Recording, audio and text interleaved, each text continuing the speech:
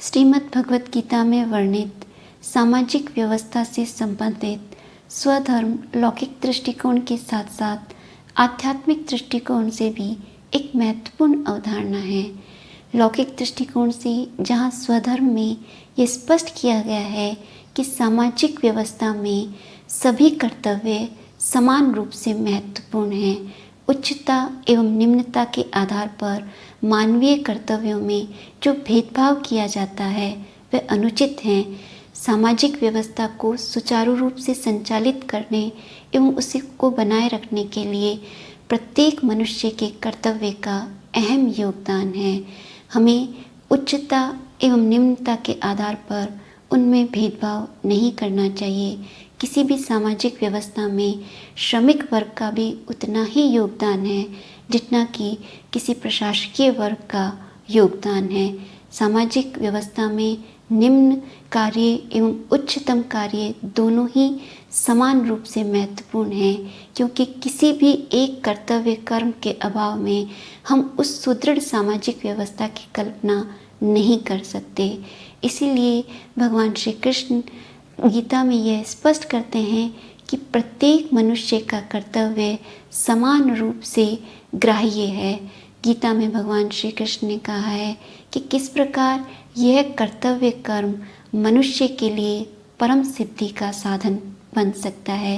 गीता का यह एक क्रांतिकारी विचार है कि सामाजिक व्यवस्था में रहते हुए मनुष्य जो भी कर्तव्य कर्म करता है वह कर्तव्य कर्म चाहे उच्च हो या निम्न हो वह उसके लिए परम कल्याण का साधन बन सकता है।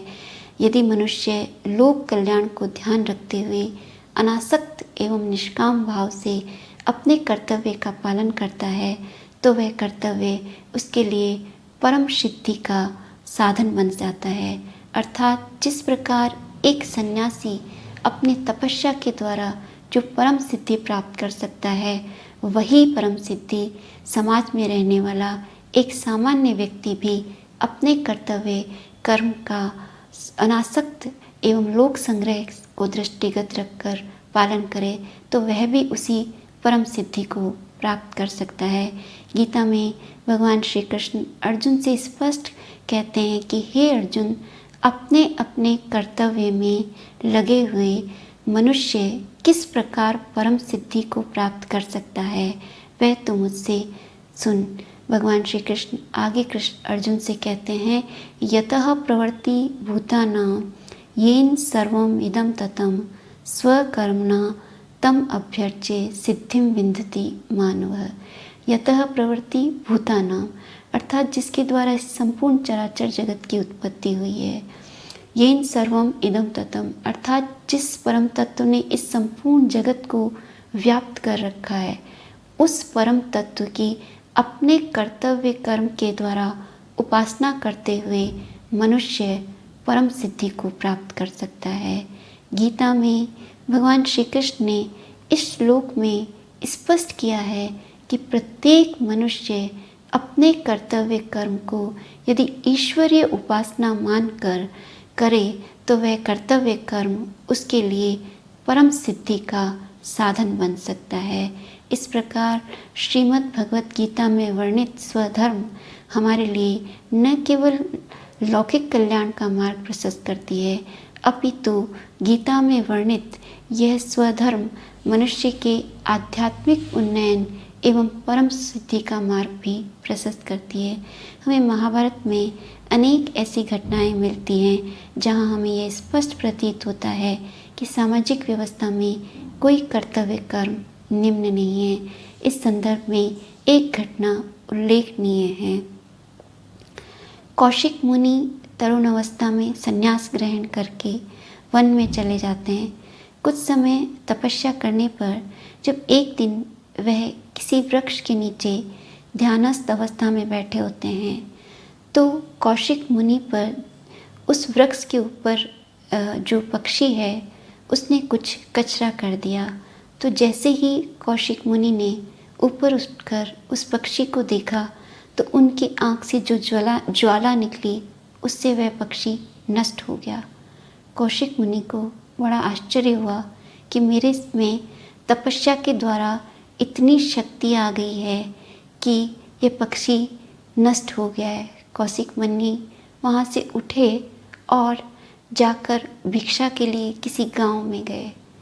और जब भिक्षा के लिए वह किसी गांव में प्रवेश करते हैं और किसी एक गृहस्थ के यहाँ जाकर वे आवाज़ देते हैं, भिक्षाम देहि, तो भीतर से कोई आवाज़ नहीं आती। कौशिक मुनि पुनः कहते हैं भिक्षाम देहि, तो भीतर से एक आवाज़ आती है कि अभी थोड़ी देर प्रतीक्षा करो, मैं आ रही हूँ।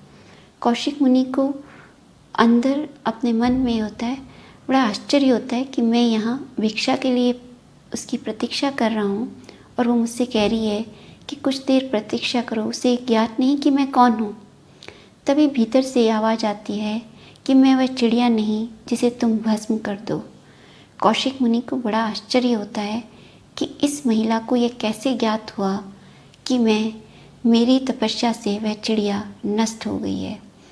जैसे ही वह महिला बाहर आई तो उसने जब उन्हें भिक्षा देना प्रारंभ किया तो उन्होंने कहा कि मेरे पति बहुत ही बीमार हैं, इसलिए मैं भिक्षा देने में लेट हो गई, मैं क्षमा चाहती हूँ। कौशिक मुनि ने पूछा कि आपने ये कैसे जाना कि वह पक्षी नष्ट हो गया है? तब उस स्त्री ने कहा कि मैं कोई योग साधना नहीं जानती हूँ, लेकिन मैं स्त्री होने के नाते जब अविवाहित थी तो अपने माता पिता की सेवा करके और अपने कर्तव्य का निर्वहन करती थी, और जब मेरा विवाह हो गया तो मैं अपने पति की मन, वचन और कर्म से सेवा करती हूँ। और इसी सेवा से मेरे गुरु ने जैसा कहा था, मेरे धीरे धीरे मेरी अंतर्दृष्टि विकसित हो गई, जिससे मुझे ये ज्ञात हुआ कि अभी आप आने से पूर्व एक चिड़िया आपकी तपस्या के द्वारा नष्ट हो गई है। कौशिक मुनि को बड़ा आश्चर्य हुआ। उन्होंने कहा कि आप मुझे अपने गुरु के बारे में बताइए कि वे कहाँ हैं। उस महिला ने कहा कि आप जाइए मिथिलापुरी में, आपको मेरे गुरु मिलेंगे, आप उनसे जाकर इस ज्ञान को ग्रहण कीजिए। कौशिक मुनि को लगा जब महिला ही ऐसी है तो गुरु कैसे होंगे। उनकी जिज्ञासा और बढ़ने लगी और शाम होते होते वे मिथिलापुरी पहुँचे तो उन्होंने देखा कि वहाँ एक व्याध है जो कसाई का काम कर रहा है, जो मांस को बेच रहा है और काट रहा है। कौशिक मुनि को बड़ा आश्चर्य हुआ कि ये व्यक्ति उस महिला का गुरु कैसे हो सकता है, लेकिन उन्होंने प्रतीक्षा करना उचित समझा। जब शाम को वे अपने कार्य से निवृत्त होकर जाने लगे तो उन्होंने उनसे कहा कि मुझे ज्ञात है कि आपको उस महिला ने मेरे पास भेजा है, चलिए आप मेरे घर। कौशिक मुनि की आतिथ्य सत्कार कर और अपने वृद्ध माता पिता की सेवा कर वे कौशिक मुनि के समक्ष बैठे तो कौशिक मुनि से वार्तालाप करने लगे। और वार्तालाप करते करते उन्होंने कहा कि निश्चय आपको ये मेरा कर्म बहुत घृणित लग रहा होगा, लेकिन यह मेरा स्वधर्म है, इसी के द्वारा मैं अपनी आजीविका प्राप्त करता हूँ और अपने परिवार का पालन पोषण करता हूँ। यहाँ मैं जीवों की हत्या नहीं करता, केवल जो मांस मुझे मिलता है उसी को मैं बेचता हूँ, और यही मेरा पारिवारिक कर्तव्य है। इस कर्तव्य के पालन के द्वारा मैं अपनी आजीविका को ग्रहण करता हूँ। कौशिक मुनि जब उनसे बात करने लगे तो धीरे धीरे उन्होंने वेदांत विषयक इतने उच्चतम ज्ञान के रहस्य को प्रकट किया तो कौशिक मुनि को अत्यंत आश्चर्य हुआ और उन्होंने पूछा कि जब आप इतने ज्ञान से संपन्न हैं तो ये घृणित कर्म आपको क्यों कर रहे हैं। उस व्याध ने ये कहा कि ये घृणित कर्म मेरा स्वधर्म है और मेरे दृष्टिकोण में कोई भी कर्म उच्च और निम्न नहीं होता। मैं इस कर्तव्य कर्म को अनासक्त भाव से करता हूँ और इसके द्वारा जो आजीविका प्राप्त होती है उस आजीविका के द्वारा मैं अपने पारिवारिक कर्तव्यों का निर्वहन करते हुए साथ में सामाजिक कल्याण के लिए भी जो कार्य कर सकता हूँ वो करता हूँ। और इसी कर्तव्य कर्म को करते करते धीरे धीरे मेरा चित्त शुद्ध होने के कारण मुझ में ये अंतर्दृष्टि विकसित हुई है जिसके द्वारा मुझ में ये ज्ञान का उदय हुआ है। कौशिक मुनि उस ऋषि के उस धर्मव्याध की उच्चतम दार्शनिक बातें सुनकर और आध्यात्मिक विषय ज्ञान को सुनकर अत्यंत आश्चर्यचकित होते हैं। यहाँ ये जो धर्म व्याध की घटना है, इससे ये स्पष्ट है कि देखने में व्याध का जो कर्म है वह अत्यंत घृणित हमें प्रतीत होता है, जहाँ वह पशुओं के मांस को बेचकर आजीविका का अर्जन कर रहा है।